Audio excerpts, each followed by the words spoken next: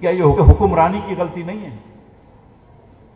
آپ کے پاس پاکستان، پورا پاکستان ملتا ہے تو صرف $30 بلین کا ایکسپورٹ کرتا ہے، صرف 30 بلین کا ایکسپورٹ کرتا ہے۔ 1992 میں جتنا آپ ایکسپورٹ کرتے تھے اتنا ویتنام ایکسپورٹ کرتا تھا، 12 بلین ڈالر دونوں کا تھا۔ آج ہمارا 30 بلین پہنچا ہے، ویتنام کا 300 بلین کے اوپر پہنچ گیا ہے، 300 بلین کے اوپر۔ آپ سے 10 گنا زیادہ ایکسپورٹ کرتے ہیں، آپ سے کم لوگ ہیں، تو یہ قصور کس کا ہے؟ ہمارا نہیں ہے۔ تو کسی اور کو کہ ورلڈ بینک پیسے نہیں دے رہا، چائنا نہیں پیسے دے رہا، بھائی چائنا کیوں پیسے دے آپ کو؟ چائنا نے آپ کا ٹھیکہ لے رکھا ہے، سعودی عرب نے آپ کا ٹھیکہ لے رکھا ہے کہ وہ آپ کو جا جا کے بار بار پیسے دے گا۔ کہ آئی ایم ایف کیوں آپ کو بار بار پیسے دے؟ کیوں ہر ملک آئی ایم ایف کے پاس نہیں کھڑا ہوتا؟ ہم کیوں 23 مرتبہ گئے آئی ایم ایف کے پاس؟ اور یہاں پر آپ بات کرتے ہیں کہ اگر حکمرانی کو چینج کریں تو لوگ بولتے ہیں نہیں نہیں، جس طرح سسٹم چل رہا ہے وہ چلنے دے۔ یہ سسٹم نے ہم کو کیا دیا ہے؟ اس سسٹم نے پاکستان کے اندر، اب یہ سنیے، 75% پاکستانی بچہ جو ہے اس کو یو این کہتا ہے کہ ورلڈ بینک کہتا ہے کہ they are suffering literary poverty. Literary poverty یہ ٹرم ہے۔ 75% پاکستانی بچہ جو 10 سال کی عمر کا ہے وہ 10 سال کے حساب سے 2 جملے نہیں پڑھ سکتا ہے۔ 2 جملے کسی بھی زبان میں، اردو میں، اگر سندھی میں، انگریزی میں، جو زبان وہ سمجھتا ہو اس میں وہ 2 جملے نہیں پڑھ سکتا ہے۔ 75 بچے پاکستان میں 100 بچوں میں سے 75 بچوں کو آپ نے ایجوکیشن سے دور رکھا ہے۔ آدھے بچے جو اسکول جا سکتے ہیں وہ اسکول میں نہیں ہیں۔ یہ تو ایلیٹ کنٹرول سوسائٹی ہے۔ ایک H S N college Lahore کے اندر ہے جس سے آدھے سپریم کورٹ کے جج آتے ہیں۔ 2 لاکھ اسکول ہیں پاکستان میں، باقی 1,99,999 اسکولیں جک مارنے آئی ہیں پاکستان۔ ایک کراچی گرامر اسکول ہے جدھر سے آدھے امیر بچے پاکستان کے نکلتے ہیں، تو باقی اسکولیں کیا کرنے آئی ہیں؟ صرف 40,000 بچہ او لیول اے لیول کرتا ہے جو سارے پاکستان کے امپورٹنٹ پوزیشنز کو لے لیتا ہے، اور باقی جو 97% پاکستانی بچے جو میٹرک انٹر کر رہے ہیں ان کو تو اپورچونٹی نہیں ملتی ہے کیونکہ وہ صحیح نیٹ ورک میں نہیں ہوتے۔ ایک امریکہ کے اندر ہم پاکستان میں کہتا ہوں نا کہ اشرافیہ کی کنٹرول سوسائٹی ہے، 1% اشرافیہ پاکستان کو کنٹرول کرتی ہے۔ پاکستان کے اندر وہ 1% لوگوں کو ہم بہترین تعلیم دیتے ہیں، جو 99% لوگ ہیں ان کو ہم نے اگنور کیا ہوا ہے۔ اس میں سے 9% مڈل کلاس کو ہم پھر بھی تعلیم دے دیتے ہیں، جو 90% پاکستانی ہیں ان کو ہم نے ادر کیا ہوا ہے کہ یہ تو ماسی ہیں، یہ تو ڈرائیور ہے، یہ تو ڈرائیور کے بچے ہیں۔ ہم نے اس طرح سوچتی ہے یہ قوم، تو پھر وہ ان کی بھوک بھی ہم کو پریشان نہیں کرتی۔ وہ گندے کپڑے پہنے ہوئے ہوں تو بھی ہم پریشان نہیں ہوتے، وہ بغیر چپل کے چل رہے ہوں تو بھی ہم پریشان نہیں ہوتے۔ یہ قوم آپ نے بنائی ہے، تو اس کے بعد اگر آپ آج پاکستان کو اگر آج یہ معیشت کی پریشانی ہے تو اس میں قصور ہم سب کا ہے، میں نہ صرف قوم ہمارا قصور ہے۔ ڈاکٹر ہم نے ایک اتنی سی بات مجھے ختم کرنے دیں، میں آپ کو یہ اتنی سی بات بتاتا ہوں کہ ایک ہارورڈ کا پیلینٹالوجسٹ تھے اسٹیون گولڈ، اور اسٹیون گولڈ کہتا تھا کہ I am less interested in knowing the size of Einstein's brain than knowing that there are people equally smart who are working in fields picking cotton, کہ مجھے اتنا شوق نہیں ہے آئی ایم ایف آئنسٹائن کے دماغ کی سائز کو میجر کرنے کا، جتنا مجھے اس بات کو بارے میں تعجب ہے یا حیرت ہے کہ آئنسٹائن سے زیادہ لوگ جو ہیں وہ اس وقت کھیتوں میں کام کر رہے ہیں، کاٹن پک کر رہے ہیں۔ پاکستان میں صرف 1% لوگوں کو آپ تعلیم اعلیٰ ترین دے رہے ہیں، یا 10% لوگوں کو میکسیمم، 90% جو قابل ترین لوگ ہیں ان کو آپ تعلیم ہی نہیں دے رہے۔ تو وہ کسی گھر کے اندر جو ہے وہ ماسی کا کام کر رہی ہے جس کو فزکس میں نوبیل پرائز ہونا چاہیے تھا، وہ کسی گھر کے اندر ڈرائیور کا کام کر رہا ہے جس کو کیمسٹری کے اندر شاید نوبیل پرائز جیت سکتا۔ جب آپ 90% ٹیلنٹ کو یوٹیلائز ہی نہیں کریں گے تو یہیں کھڑے ہوں گے جہاں کھڑے ہوئے ہیں۔ ڈاکٹر صاحب ایکچولی جیسا کہ آپ نے بتایا کہ قصور عوام کا ہے، لیکن پالیسیز بنانے والے آپ حضرات ہوتے ہیں جو پالیسیز بناتے ہیں۔ جہاں تک آئی ایم ایف کی بات کی گئی ہے تو جب ہم 1965 میں پہلا پروگرام میں آئی ایم ایف میں گئے اور 2019 میں ہم 22ویں پروگرام میں گئے just for the sake of $6.5 billion کی ایگریمنٹ ہوئی تھی جولائی 2019 میں نے آپ کو کئی دفعہ آئی ایم ایف کی طرف میں نے خود بھی دیکھا ہے آپ کو، اور جو بات سامنے آئی ہمارے کہ جب ہم نے آئی ایم ایف جو ہمیں طرح طرح کے اسٹرکچرل پروگرام کی بات کرتا ہے، اسٹرکچرل ریفارم کی بات کرتا ہے کہ سبسڈی کو کم کر دیں، آئل، گیس، بجلی، پانی ان کے پرائسز کو بڑھا دیں، ٹھیک ہے، آپ پبلک سیکٹرز جو ان کے جو نان ڈیولپمنٹ ایکسپینڈیچرز ہیں اس کو کم کریں، یا جو ہے پبلک سیکٹرز کے جو لاسز ہیں ان کو پرائیویٹائز کریں۔ ان تمام چیزوں کے بعد جب ہم نے مشاہدہ کیا تو ہم نے دیکھا کہ just for the sake of $6.5 billion صرف اگر ہم 2 اسٹرکچرل ریفارم کی بات کرتے ہیں، ڈسکاؤنٹ ریٹ اور انٹرسٹ ریٹ، اس کے مد میں پاکستان کو اب تک $110 ارب کا نقصان ہو چکا ہے، just for the sake of 6.5 billion dollar, اور آئی ایم ایف نے دیا کتنا ہے ہمیں؟ اونلی $4.5 بلین اراؤنڈ اتنا ملا ہے ہمیں. جو ابھی اگلی قسط ہمیں دینا چاہ رہے ہیں وہ they are waiting for the election, that is $1.2 billion I think. تو یہ سامنے جو صورتحال ہمیں نظر آ رہی ہے، اکانومسٹ پالیسی میکرز یہ کہتے ہیں کہ آئی ایم ایف ہماری مجبوری ہے. میرا سوال آپ سے یہ ہے کہ یہ مجبوری پیدا کی ہوئی، جب آپ کو پتا ہے کہ $1 کے عوض ہمیں $9 یا $9 سے $15 ہمیں قرض پیمنٹ کرنا پڑتا ہے، اور آئی ایم ایف کے جو ہمیں اسٹرکچرل جو ریفارمز ہوتے ہیں مجبوری میں ہمیں جانا پڑتا ہے، جس کی وجہ سے آج معاشرت اس دہانت پہ ہو چکی ہے، اس نہج پہ پہنچ چکی ہے. تو آپ آئی ایم ایف کا رخ کیوں کرتے ہیں؟ آپ کیوں آلٹرنیٹ پالیسیز کی طرف نہیں جاتے؟ شکریہ. Thank you. میں ایک تو بات کلیریفائی کر دوں کہ جب میں کہتا ہوں کہ منحصر قوم، تو میں خدا نخواستہ پالیسی میکرز کو بالکل وہ نہیں کر رہا ہوں ذمہ دار. میں تو خود پالیسی میکر رہ چکا ہوں، اور میں اپنے آپ کو بھی مرید الزام ٹھہراتا ہوں. اور میں یہ بات سمجھتا ہوں کہ ہمارے ملک میں حکمرانی جو ہے وہ ختم ہے. وہ پاکستان کی حکمرانی دنیا کی خراب ترین حکمرانیوں میں سے ایک ہوگی. میں آپ کو ایک ایگزامپل دوں گا اور پھر آپ کے کوشچن کو آنسر کروں گا کہ پاکستان کے اندر جب 2006 میں پہلی مرتبہ جب یہ عام فہم بات ہوئی کہ پاکستان میں سرکولر ڈیٹ بہت بڑھ گیا ہے، تو $84 بلین روپے کا تھا. 84 بلین. اور سرکولر ڈیٹ جس کو کہتے ہیں وہ پاور سیکٹر کے نقصانات کو کہتے ہیں، پاور سیکٹر کے ایگریگیٹ نقصانات کو کہتے ہیں، ٹوٹل نقصانات کو کہتے ہیں، جمع شدہ نقصانات جو کہ پیڈ نہیں کیے ہوئے ہیں اس کو کہتے ہیں. سرکولر ڈیٹ نہیں ہے، وہ نقصان ہے. وہ 84 بلین تھا. جب 2008 میں مشرف صاحب فائنلی جب گئے تو 100 بلین کے قریب پیپلز پارٹی کو دے کے گئے. پیپلز پارٹی آئی. پیپلز پارٹی نے، میں جانتا ہوں کہ محنت سے کام کیا اور کوشش کی کہ اس کو کم کریں، لیکن وہ 100 سے بڑھ کے 500 ہو گیا.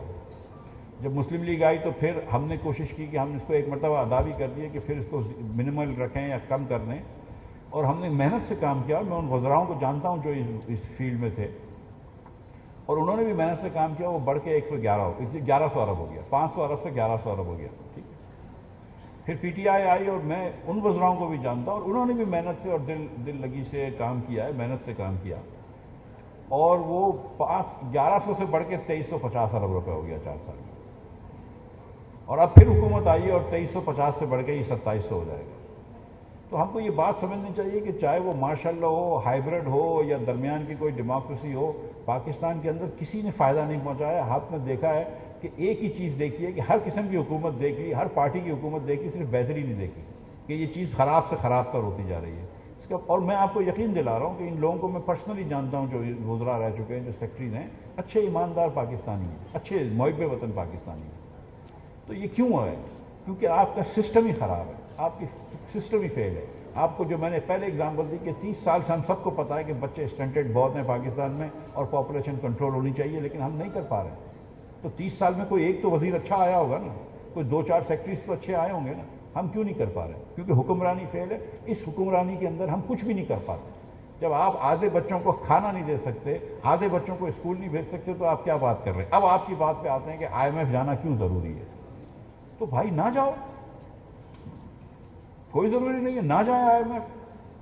آپ جب آپ جا کر $100 بلین کا دنیا سے قرض لیتے ہیں، اور وہ آپ کو 5 سال کی سائیکل میں اگر واپس کرنا ہے، اور $21 بلین آپ کو واپس کرنے ہیں، آپ کے پاس ہیں؟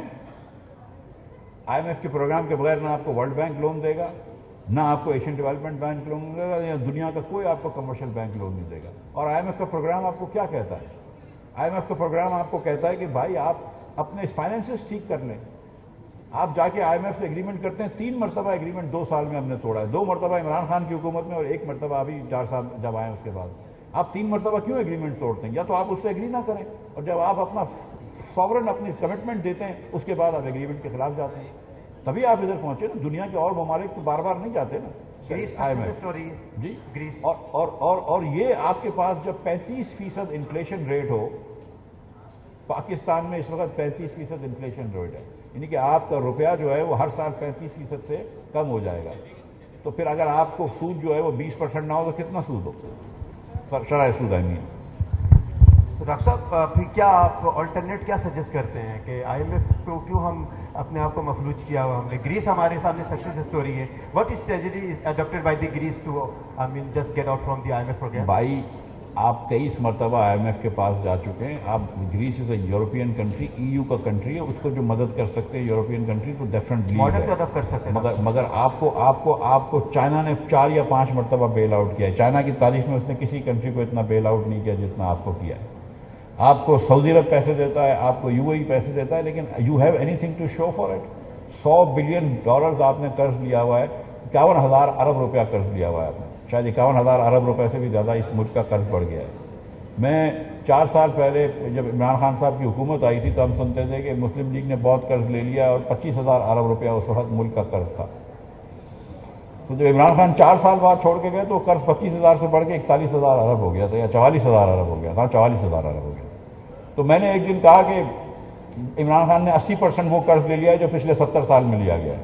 تو شوکت طرین نے دوسرے دن آ کے پریس کانفرنس کی کہ مفتاح غلط کہہ رہا ہے, 80 نہیں 76% لیا. میں نے کہا چلو یار 76% لے لیا تم نے. کہا مگر آپ اس بات پہ پراؤڈ فیل کر رہے ہیں کہ ہم نے صرف جو 70 سال میں کر لیا اس کا 76% قرض ہم نے 4 سال میں لے لیا. مقصد یہ کہ آپ تو صرف قرض کی پیتے ہیں میں, تو یہ فاقہ مستی کہاں رنگ لائے گی. آپ نہ جائیں نا IMF کے پاس, آپ کے پاس کیا آلٹرنیٹ ہے.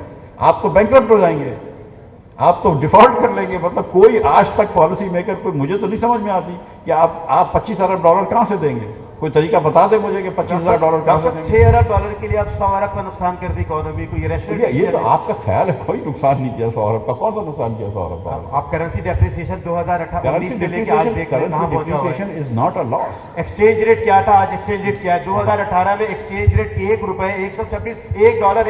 کا تھا, آج $1 130 کا پہنچا ہوا. کرنسی ڈیپریسیشن دیکھیں کہاں پہ گئی ہے. اس کی کاسٹ, اکنامک کاسٹ نکالیں تو اب پتہ چلتا ہے کہ اکانومی کہاں پہ پہنچی ہے. میری بات سنیں, یہ currency depreciation is not a loss. اب میں آپ کو یہ بھی, آپ دیکھیں نا دوسری طرف دیکھیں نا, آپ یہ لیفٹ آئیڈیالوجی سے نہ سوچیں, اس طرح سوچیں کہ پچھلے سال پاکستان نے 80 ارب ڈالر کا امپورٹ کیا. $80 بلین کا ہمارا امپورٹ تھا. ہمارا 31 ارب ڈالر کا ایکسپورٹ تھا. آپ کا 48.5 بلین کا ٹریڈ ڈیفیسٹ تھا, highest in Pakistan history, both as a percentage of GDP and in absolute numbers. آپ 48 بلین آپ کو ٹریڈ کے اندر ڈیفیسٹ ہوا, یعنی کہ فارنرز نے آپ کو زیادہ کا مال بیچا, تو اب آپ کو 48 بلین اور دینے جو آپ کے پاس نہیں ہے. اس کے اوپر اللہ کی مہربانی سے 30 بلین آپ کو ریمیٹنس میں آ گئے, جو پاکستانی باہر رہتے ہیں. 1 کروڑ پاکستانی باہر رہتا ہے, جس میں سے 50 لاکھ پاکستانی جو ہیں وہ آپ کو ریمیٹنس بھیجتے ہیں. انہوں نے 30 بلین بھیجے. اور یہاں پہ جو 22 کروڑ پاکستانی رہتا ہے, 21 کروڑ پاکستانی رہتا ہے, اس نے سب نے ملا کر جو ہے وہ صرف 30 بلین کی ایکسپورٹ کری. تو دیٹ ٹیلز یو کہ ہماری پروڈکٹیوٹی کتنی کم ہے کمپیئر ٹو فورن کنٹریز جہاں پہ اوورسیز پاکستانی کتنا پیسہ ہم کو بیچ سکتے ہیں. بٹ اس کو بھی چھوڑ دیں.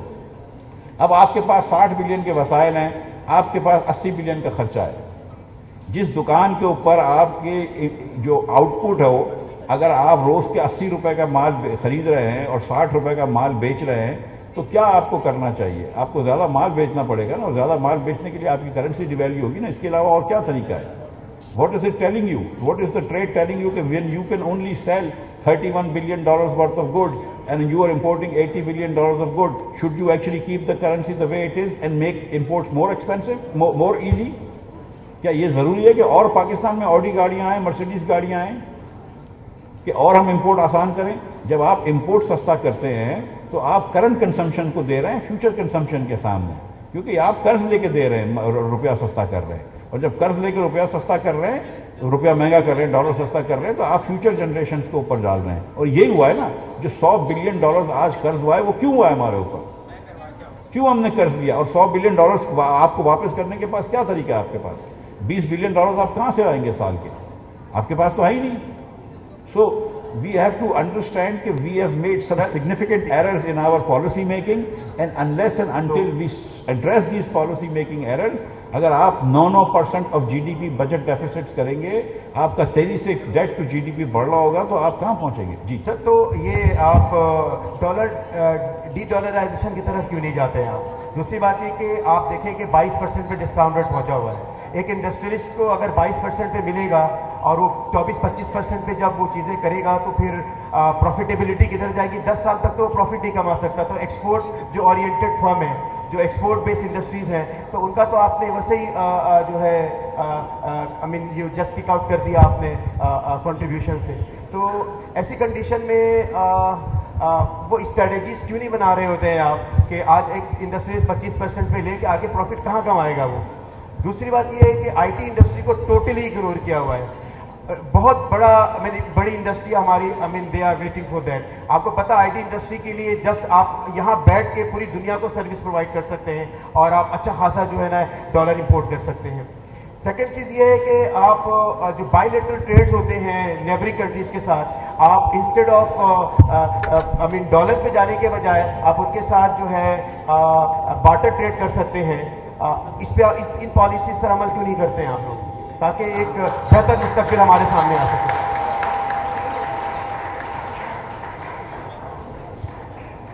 جی رکھو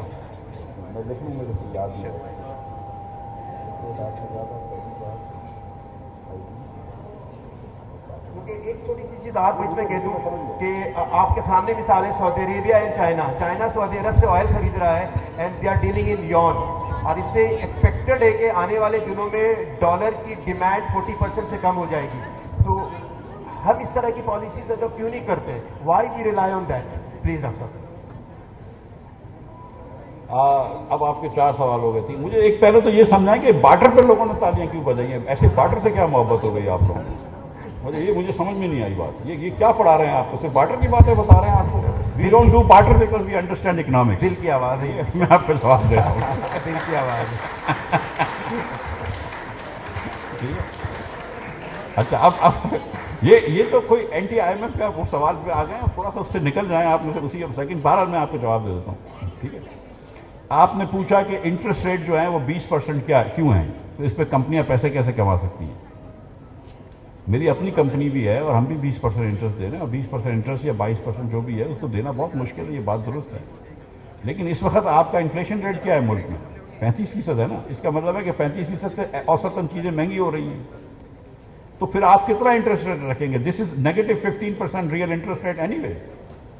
جب -15% انٹرسٹ ریٹ ہے تو سیونگز کو کیا ہوگا؟ پاکستان میں تو ویسے ہی savings to G D P صرف 12% ہوتی ہے. ہندوستان کے اندر میرا 31% ہے, بنگلہ دیش میں 28% ہے, ایون سری لنکا میں 30% ہے. آپ کے یہاں جو سیونگز ہے گراس نیشنل سیونگز وہ صرف 12% ہے. تو آپ کیا نیگیٹو انٹرسٹ ریٹس رکھ کے چلیں گے؟ آپ اور مراد دینا چاہتے ہیں انڈسٹریلسٹ کو. آپ پاکستان کے اندر اس وقت پچھلے دور میں کووڈ کے بعد جب آئی ایم ایف کی ریسٹرکشنز دی تھی, آپ نے ٹرف کے لون دیے 1% پہ امیر ترین پاکستانیوں کو 560 ارب روپے کے. آپ بسٹ کے پیسے دیتے ہیں تو سب کی جان نکل جاتی ہے کہ آپ لوگوں کو قوم کو بھکاری بنا دیں گے. تو جب آپ امیر ترین لوگوں کو جب مراد دیتے ہیں تو پھر کسی کو یاد نہیں آتا کہ قوم کو بھکاری بنا رہے ہیں, امیر ترین لوگوں کو بھکاری بنا رہے ہیں. تو آپ کس بات پہ, کس بیسس پہ یہ کہہ سکتے ہیں کہ جب 35% انفلیشن ہو تو آپ ان کو جو ہے وہ سستا انٹرسٹ پہ دیں؟ مطلب کس بیسس پہ؟ ہم بھی چاہتے ہیں کہ انٹرسٹ ریٹ کم ہو جائے, ایز اے انڈسٹریز میں بھی چاہتا ہوں انٹرسٹ ریٹ کم ہو جائے, لیکن as an economist I understand کہ real interest rate is inflation minus interest rate. Inflation اگر آپ دیکھیں 35% کا تو ہاؤ کین یو آرگیو کہ 21% ہو؟ تو آپ فری میں دے دیں پیسے, مطلب تکلف ہی کیوں کر رہے ہیں پھر انٹرسٹ لینے کا؟ پھر گناہ بھی نہ کریں چلیں. دوسری بات یہ ہے, آپ نے کہا کہ آئی ٹی کا ایکسپورٹ کیوں نہیں کر سکتے. کیا خیال ہے آپ کا کیوں نہیں کر سکتے؟ میں آپ کو بتاؤں کیوں نہیں کر سکتے. کیونکہ پہلے پاکستان میں جب 10 سال ہوئے نا, جب 10 پہلے پاکستان کے سال ہوئے تھے تو ہم نے 7 وزراء اعظم بدلے تھے. ایک ہمارے گورنر جنرل تھے غلام محمد صاحب, ان کو بڑا شوق تھا پرائم منسٹر بدلنے کا. وہ تھوڑے مینٹلی ویک بھی ہو گئے تھے. ایک امریکن نرس کے تھرو پورا ڈیل کرتے تھے پورے حکومت سے. اگر تھوڑی سی تاریخ, ہم کو سچی تاریخ تو نہیں پڑھاتے اسکولوں میں, لیکن جو اگر آپ یہاں وہاں سے پڑھ لیں کتاب تو پتہ چل جائے گا کہ غلام محمد نے ڈسٹروائے کر دیا پورا سسٹم. اور وہ ہمارے اس کے بعد 7 وزراء اعظم آپ نے بنائے پہلے 10 سالوں میں. ہندوستان نے ان 10 سالوں میں 5 انڈین انسٹیٹیوٹس آف ٹیکنالوجی بنائے. پہلا کلکتے میں بنایا جو ابوالکلام آزاد نے جس کو وہ اناگریٹ کیا تھا. آج آئی آئی ٹیز کے بچے جو ہیں وہ گوگل اور مائکروسافٹ اور ان کے صدور ہیں. انڈیا سے پڑھے ہوئے, ناٹ انڈین امریکنس, انڈیا کے پڑھے ہوئے انڈین لڑکے جو ہیں وہ آئی آئی ٹی سے پڑھے ہوئے, وہ ان کے صدور ہیں کمپنیز کے. ہمارا بچہ جو ہے اس نے سیلانی ویلفیئر سے 3 مہینے کا ڈپلوما کیا ہوا ہے. آپ فیئر ہیں اپنے بچوں کے ساتھ؟ آپ نے اپنے بچوں کو تعلیم دی ہے؟ آج جو آپ نے مجھے لیبس دکھائی ہیں تو مجھے خوشی ہوئی کہ آپ نے ان کو ایک ایکسپیرینس دینا ہے کہ یہ بچہ جو نکلے گا اس کو کچھ آئے گا. لیکن آپ نے کیا اپنے بچوں کو تعلیم دی جس نے سیلانی ویلفیئر کے سیلانی ویلفیئر کو میں سلام کرتا ہوں بشیر فاروقی کو کہ وہ 2 لاکھ آدمیوں کو روز کھانا کھلا رہا ہے، اور اس کو سلام کرتا ہوں کہ وہ پڑھا رہا ہے لوگ بچوں کو، اے آئی کی ٹریننگ دے رہا ہے، لیکن 3 مہینے کا 6 مہینے کا ڈپلوما ہے، اور وہ اس نے فائنائٹ میتھ پڑھی ہوئی ہو یا اپلائیڈ میتھ کی ڈگری کری ہوئی ہو جس نے ادھر سے IIT سے، اور کمپیوٹر انجینئرنگ اس کے اپلائیڈ میتھ کے ساتھ ساتھ، اس سے آپ کیسے کمپیٹ کر سکتے ہیں؟ آپ نے اپنے بچوں میں تو ٹیلنٹ ہے، آپ نے ان کو پڑھایا ہی نہیں ہے، آپ نے ان کو وہ نالج ہی نہیں دی ہے، تو پھر آپ یہ دعا کر لیں کہ یار ہمارے پاس IT کا بزنس آ جائے۔ بھائی IT کا بزنس کے لیے IT کی نوہا ہونی چاہیے کہ آپ کے پاس کتنے گریجویٹس ہیں، آپ کی پوچھ کے آئیے سسٹم والے آصف پیر سے کہ کتنے ہائر لیول گریجویٹس ہیں جن کو کام آتا ہے جو نکلتے ہیں یہاں سے۔ سو ڈونٹ سے کہ یہ پالیسی میکرز کا مسئلہ ہے، پالیسی کے میکرز کا مسئلہ this is, I will tell you what is the economic problem in Pakistan. The economic problem in Pakistan is there is not enough education, this is the economic problem in Pakistan. اور جتنی بھی چیزیں کرتے ہیں نا سب بیکار ہے۔ کہ آپ کے خیال سے یہ اکنامک پرابلم، یہ جاپان کے اندر کیا وسائل ہیں، ساؤتھ کوریا میں کیا وسائل ہیں، یہ کیوں اتنے زیادہ پروڈکٹیو ہیں، کیوں اتنے امیر ہیں؟ کیونکہ پڑھے لکھے ہیں۔ آپ نے بچوں کو تعلیم ہی نہیں دی، اور پھر آپ ایکسپیکٹ کر رہے ہیں کہ انڈیا سے کمپیٹ کرے گا، 150 بلین کا وہ ایکسپورٹ کرتا ہے، ہم یہاں 2 بلین کا نہیں کر سکتے۔ سو ایک تو یہ ہے، دوسری جو ہے IT کا ایک لو لیول ان اسکلڈ یا لیس اسکلڈ ایکسپورٹ بھی ہوتا ہے جو بزنس پروسیس آؤٹ سورسنگ کہتے ہیں جس کو، یا جس میں کال سینٹر یہاں بنا لیے، بچے نے فون اٹھایا، تھوڑی بہت چیزیں کر دی، اس کے اندر کوئی بہت زیادہ آپ کو ٹیکنالوجی نہیں چاہیے ہوتی ہے، بہت زیادہ اسکل نہیں چاہیے ہوتی، صرف فون اٹھانا ہوتا ہے، تھوڑی بہت انگریزی بولنی ہوتی ہے جو پاکستانیوں کو آتی ہے۔ وہ کیوں نہیں ہوتا پاکستان میں؟ کیونکہ کوئی پاکستان آنے کے لیے تیار نہیں ہے آپ کے لا اینڈ آرڈر کی وجہ سے، کوئی پاکستان آنے کے لیے تیار نہیں ہے۔ دنیا میں جتنی بھی کمپنیاں ہیں نا، اب میں آپ کو اگزامپل دیتا ہوں، اس سال ویتنام سے $68 بلین کا ایکسپورٹ ہوا ہے سیمسنگ فون کا، صرف ایک کمپنی سیمسنگ نے ویتنام سے $68 بلین کا ایکسپورٹ کیا ہے۔ وہ سیمسنگ ویتنام میں بھی انویسٹ کر سکتی تھی، اور وہ سیمسنگ جو تھی وہ پاکستان میں بھی انویسٹ کر سکتی تھی۔ سیمسنگ نے تو سوچا بھی نہیں ہوگا پاکستان میں انویسٹ کرنا، رائٹ؟ صرف ویتنام میں اس نے انویسٹ کیا۔ اب آپ مجھے بتائیے کہ پاکستان میں کون انویسٹ کرتا ہے، کون فارنر انویسٹ کرتا ہے؟ جس کو پاکستانیوں کو بیچنا ہوتا ہے۔ یعنی کہ اگر آپ کو موبائل فون سروسز پاکستانیوں کو بیچنی ہے تو آپ جائز کی کمپنی ادھر کھولیں گے، پاکستان میں $4 بلین لے جائیں گے ایک مرتبہ، یا آپ نے پاکستانیوں کو بینکنگ سروسز بیچنی ہے تو آپ اسٹینڈرڈ چارٹرڈ بینک یہاں پہ برانچ کھول دے گا۔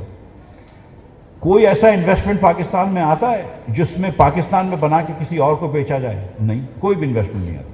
اس کا مطلب ہے کہ دنیا کی ہزاروں کمپنیوں میں کسی ایک کمپنی کے لیے بھی ہم چوائس ڈیسٹینیشن نہیں ہے کہ ایتھیوپیا میں چلے جائے گا، ویتنام میں چلے جائے گا، کمبوڈیا میں چلے جائے گا، بنگلہ دیش میں چلے جائے گا، پاکستان نہیں آئے گا۔ تو پھر تو اپنے اندر دیکھو نا کہ آپ کی کیا پالیسی ہے کہ کیوں ٹیررزم 25 سال سے، ہم ٹیررزم 25 سال سے لے رہے ہیں، 65,000 شہادتیں دے چکے ہیں، ہم ٹیررزم نہیں روک سکتے۔ ہم یہاں پہ سگنل کے اندر وہ لوگوں کو نہیں روک سکتے جو آپ کے والٹ چھین کے چلے جائیں۔ کل میں بات کر رہا تھا ایک بڑی ٹیکسٹائل مل کے اونر سے، 4 بڑی مشکل سے ڈینش بائر اس کے آئے تھے 9 مئی کے دن، واپس اس کو شام کو بھیج دیا اس نے، بولتا اب تو کبھی بھی نہیں آئیں گے۔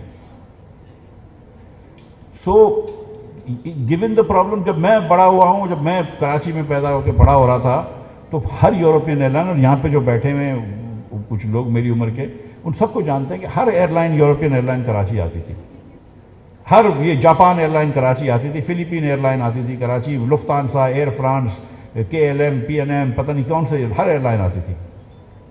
آج کے دن ڈھاکہ کے ایئرپورٹ پہ جتنی ایئر لائنیں آتی ہیں اتنی کراچی، لاہور اور اسلام آباد ملا کر بھی نہیں آتی ہیں۔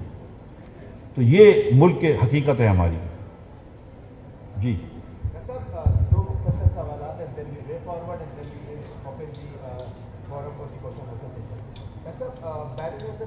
کمپنی جو ہے ہماری، یہ پاکستان کی ٹاپ 10 کمپنیز میں آتی ہے۔ میرا فارماسیوٹیکل انڈسٹری کے حوالے سے ایک سوال ہے کہ فارما انڈسٹری DRAP جو ریگولیٹری باڈی ہے کیوں ایکسپورٹ فرینڈلی نہیں ہے؟ مختصر میں جواب ہے۔ ڈریپ جو ہوتی ہے drug regulatory authority of Pakistan, وہ ایکسپورٹ فرینڈلی نہیں ہے، وہ تو لوکل فرینڈلی بھی نہیں ہے۔ فرینڈلی تو وہ بالکل نہیں ہے، نہ ان کا کام ہے فرینڈلی ہونا۔ میں اور شاہد عباسی صاحب جب وزیر اعظم تھے اور میں وزیر خزانہ تھا، تو ہمارا تو یہ خیال تھا کہ 2 چیزیں ہونی چاہیے کہ ڈریپ نے کوئی 600 فیکٹریوں کو لائسنسز دے رکھے ہیں فارما بنانے کا۔ میرا نہیں خیال ہے کہ اس میں سے کم از کم 200 ایسی ہوں گی جو تمام یہ ہائیجین کے اور یہ ٹیسٹ پاس کر سکتی ہوں گی، میرے خیال سے، ٹھیک ہے۔ تو میرے خیال سے وہ تو لائسنسز ہی کینسل کر دینے چاہیے. لیکن باقی جو کمپنی ہیں، جیسے آپ نے اپنی کمپنی بتائی ہے، جو دیگر کمپنیاں جو سالوں سے کام کر رہی ہیں، پاکستانی کمپنیاں بھی ہیں، فارن کمپنیز بھی ہیں، ان کی جتنی بھی ڈرگس کی ایک دوائی کی جو رجسٹریشن پروسیس ہوتا ہے وہ 3-3 4-4 سال لگتے ہیں، 2-2 سال کم از کم لگ جاتے ہیں ڈوسیے بنانے وغیرہ میں. اس کو تو پہلے دن دے دینا چاہیے اجازت. مطلب اگر کہیں باہر کمپنی کوئی دوائی بن رہی ہے صرف، تو پہلے دن اجازت دے دو. زیادہ دوائیوں کو اجازت دے دیں گے تو تھوڑی سی کمپٹیشن ہو جائے گی اور دوائیوں کے پروفٹس تھوڑے سے، دوائی والے الحمدللہ بڑے پروفٹ کرتے ہیں. اور یہ تو آپ کو یہ سلیم حبیب صاحب کو میں خراج تحسین پیش کرتا ہوں کہ انہوں نے اتنا اچھا ایک کار خیر کیا ہے. تو میں کوئی دوائی کی کمپنی والوں سے بہت زیادہ میری وہ نہیں ہے ہمدردی کہ ان کے کوئی غریب ہو گئے ہیں وہ لوگ، لیکن یہ بات ضرور ہے کہ لوگوں کی خاطر ان کو فوراً فور جو ہے پرمیشنز دے دینی چاہیے تو تھوڑا سا اور مارکیٹ میں کمپٹیشن بڑھ جائے. یہ بات آپ کی درست ہے.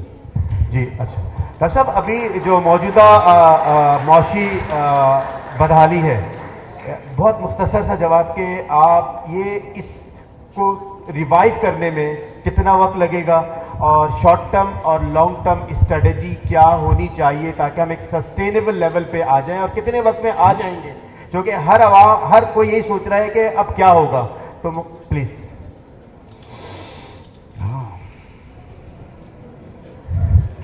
وہ